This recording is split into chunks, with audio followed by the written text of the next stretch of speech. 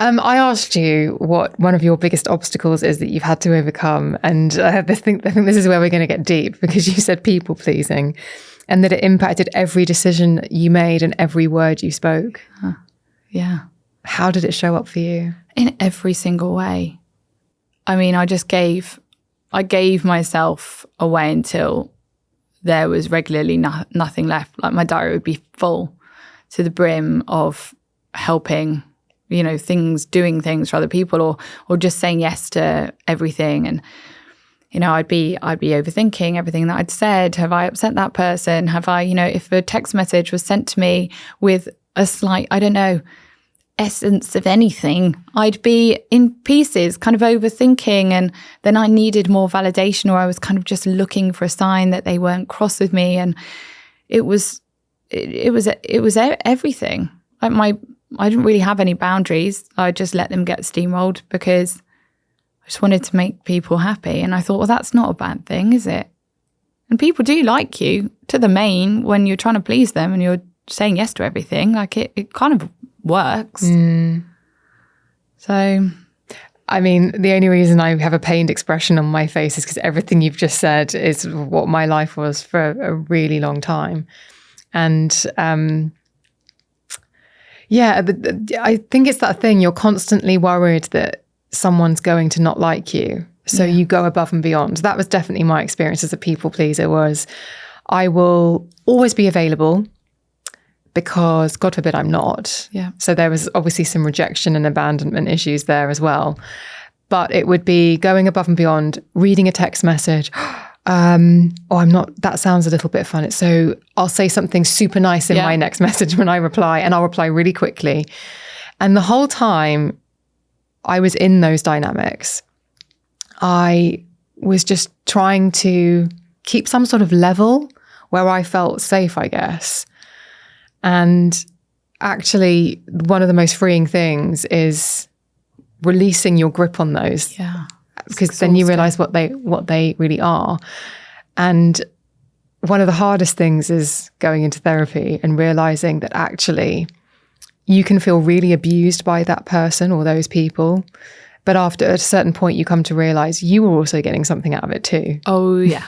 Oh, yeah. And hearing people pleasing termed as people pleading. Oh, like that just shone a massive flashlight on the whole thing for me. And, I would never like to think that I was manipulating people, but actually I was desperate to manipulate the way that they saw me. And I would have never, to me, it felt like an altruistic way to live, when actually I was needing so much from everybody around me. And, there was a manipulative element to that, out of desperation. And it's not because I was a bad person or because I was mean. It was because I was scared, really. And that's why I think with people pleasing, the biggest thing that we can do for ourselves is start to recognize our value without anyone else's pleased with us or not. Otherwise, we're just taken on this absolute roller coaster of, I'm a good person, I'm a terrible person, I'm a good person, I'm a terrible person, based on how someone worded a text message. And it's so up and down, isn't it? It's this your mood is entirely dependent on how someone else is treating you.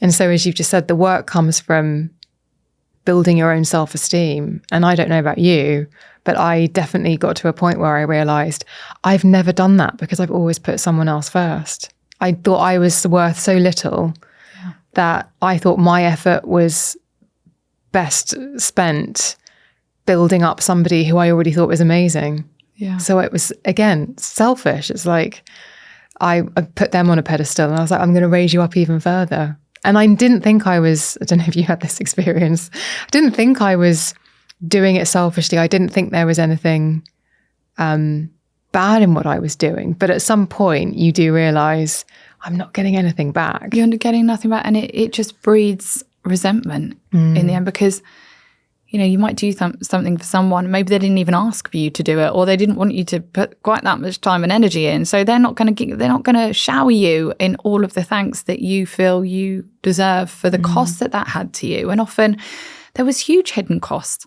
I might turn up to a party not wanting to be there, and then they don't even speak to me because they're speaking to their other friends. And I'm thinking, I'm absolutely exhausted. I didn't even want to come here. And now you're not even talking to me. You have no idea how tired I am because I've been out doing things every other night. And it's that, it's a lot of weight for other people to carry. And they're not even realizing the meaning of that to you. So you get let down quite a lot. It's a big ask on people. And it's a lot for you. If someone's listening to this and they're suddenly realizing that they are caught in a real people-pleasing dynamic, what's the first way out? Like, what's the first step you need to take? I think it's starting to recognize, do you believe that everyone has equal value as a human? I think of my kids and I think of the people that I love in my life. And I think of, even the people that I was sat on the train with, that I know that if I really got talking to them and really, I'd love to know their stories. And you'd think you'd find empathy and compassion for people that you don't even know yet. And I think if we got equal value as humans, and if that is true, then where are you in that? And why are you the exception to the rule? And I speak to so many people who just really struggle with some of the kind of basic fundamental self-care aspects of like hydrating themselves, drinking enough water, just resting, sitting down without feeling guilty that they're not doing stuff. And you think, what are those things saying of your worth? What we show ourselves, what we think of ourselves and how we speak to ourselves and treat ourselves just like with other people in our lives. And some of us are consistently bullying ourselves. So no wonder we're going out into the world and feeling like we're not deserving of help and love and support and fun and rest and equal treatment. I never used to take the last biscuit on the plate at work. Never. No matter how hungry I was, I would never take it. And now I think I'd probably be like, does anyone want this biscuit? I'm a bit hungry. It's like I have equal right to space on the tube. I have equal right to a biscuit, and I think, so it's starting to think, where have you been placing yourself and what have you been saying to yourself and how you treat and speak to yourself?